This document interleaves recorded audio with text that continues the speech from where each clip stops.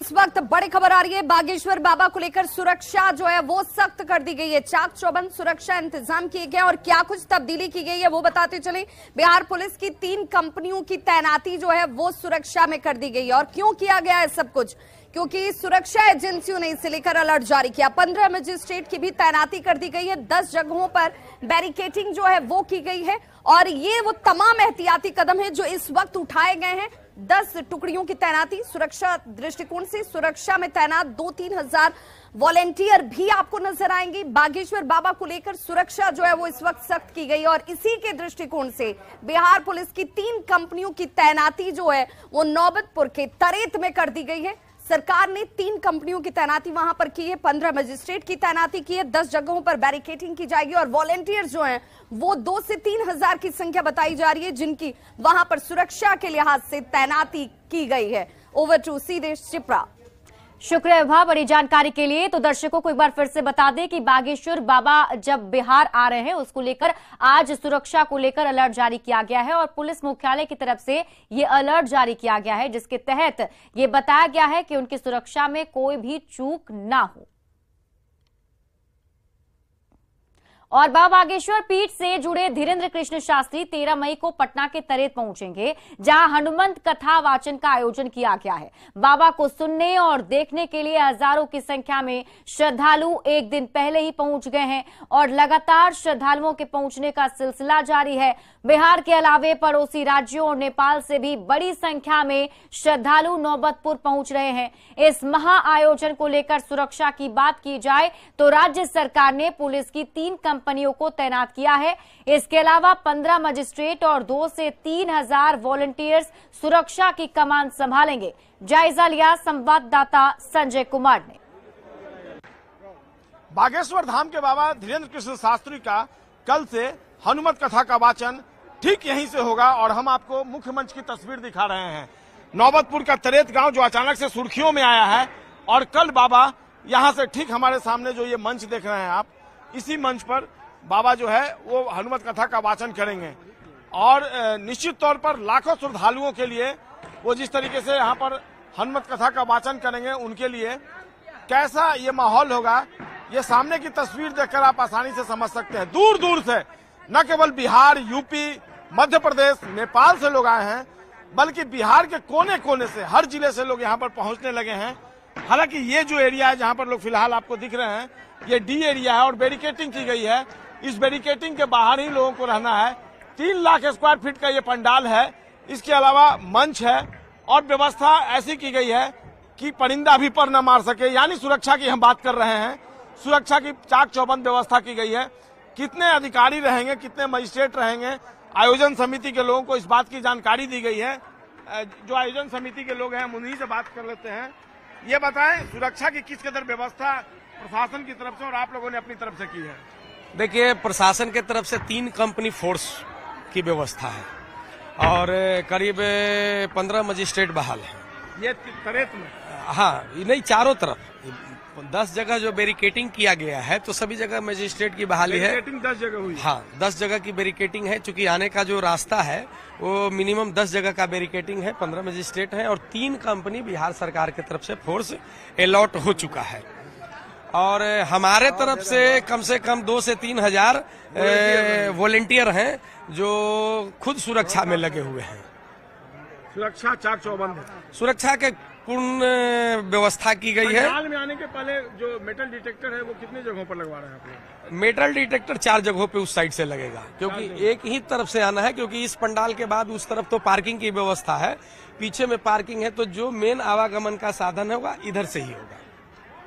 अच्छा, ये जो एरिया है ये डी एरिया है? ये पूरा? हाँ, ये डी एरिया है। इसके बाद जनरल लोगों का है और इसी में कुछ लोग कुछ जैसे संत समागम के लोग बड़े बड़े आएंगे हस्ती, तो उन मुख्य मंच जो बन रहा है 24 घंटे से भी कम समय का वक्त बचा है। ऐसे में क्या लग रहा है मुकम्मल व्यवस्था आप समय पर कर लेंगे? ये हम लोग कल सवेरे तक इसको फिनिश कर लेंगे सारे कार्यक्रम। मतलब आज रात भर काम चलेगा? रात भर कार्यक्रम चलेगा। कल सुबह का सूर्योदय का जब किरण हम लोग देखेंगे तो यहाँ से लेके वो पूरे पंडाल तक कोई भी त्रुटि नहीं मिलेगी आपको।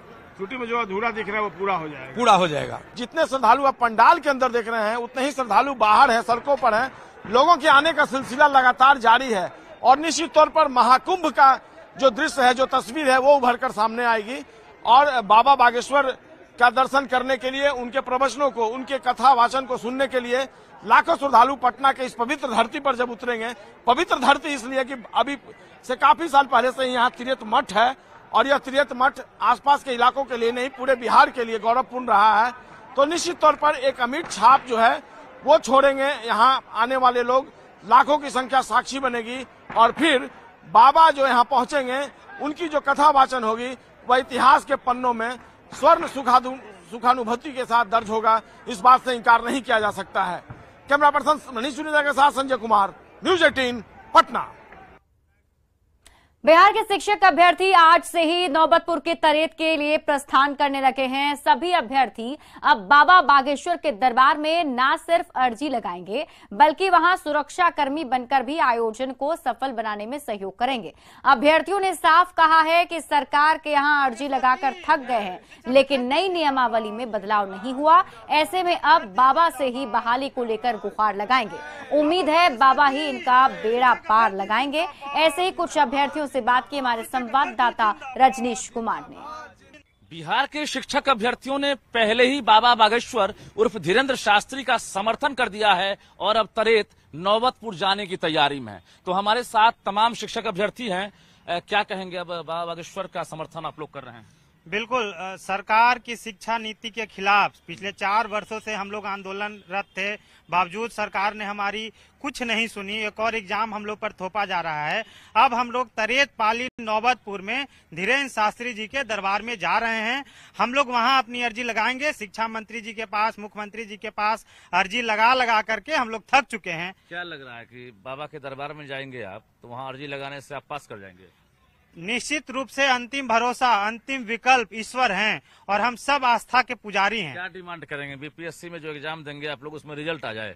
नहीं, ये जो गलत नई शिक्षक नियमावली है जो हम लोग पर बाध्यकारी है, उससे हम लोग को छुटकारा मिल जाए, इसकी अर्जी लगाएंगे। मतलब बाबा से ये डिमांड करेंगे आपकी वो रद्द हो जाए?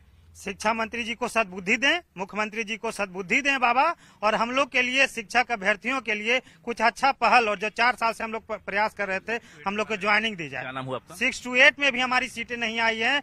बाबा बागेश्वर से हम लोग ये भी प्रार्थना करेंगे कि हमारे लिए सीटें भी निकाली जाए। दीपांकर सीट उन्हीं से मांग करेंगे। बिल्कुल। देखिए, हम लोग कोशिश ही कर सकते हैं किसी भी चीज के लिए। सरकार से हम लोग इतना त्रास्त हो चुके हैं कि अब ये बर्दाश्त से बाहर हो चुका है।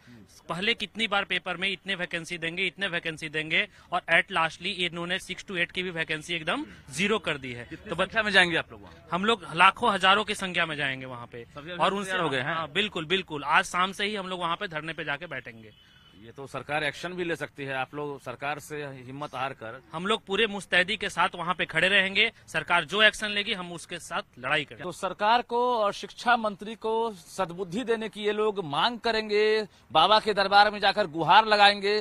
साथ ही 6 to 8 में जो सीटें कम है तो उसमें भी जो है एक तरह से वहां जाकर गुहार लगाएंगे। हालांकि सरकार इस पर क्या एक्शन प्लान बनाती है ये आगे आने वाला वक्त बताएगा, लेकिन फिलहाल जो अभ्यर्थी हैं उनका एक तरह से सरकार से मोह भंग होता हुआ नजर आ रहा है। और आज से ही सभी जो है नौबतपुर के पाली में यानी तरेत में जाकर बाबा का इंतजार करेंगे और उनके दिव्य दरबार में जाकर गुहार लगाएंगे। कैमरामैन मनीष सुनिया के साथ रजनीश कुमार, न्यूज 18 नौबतपुर पटना।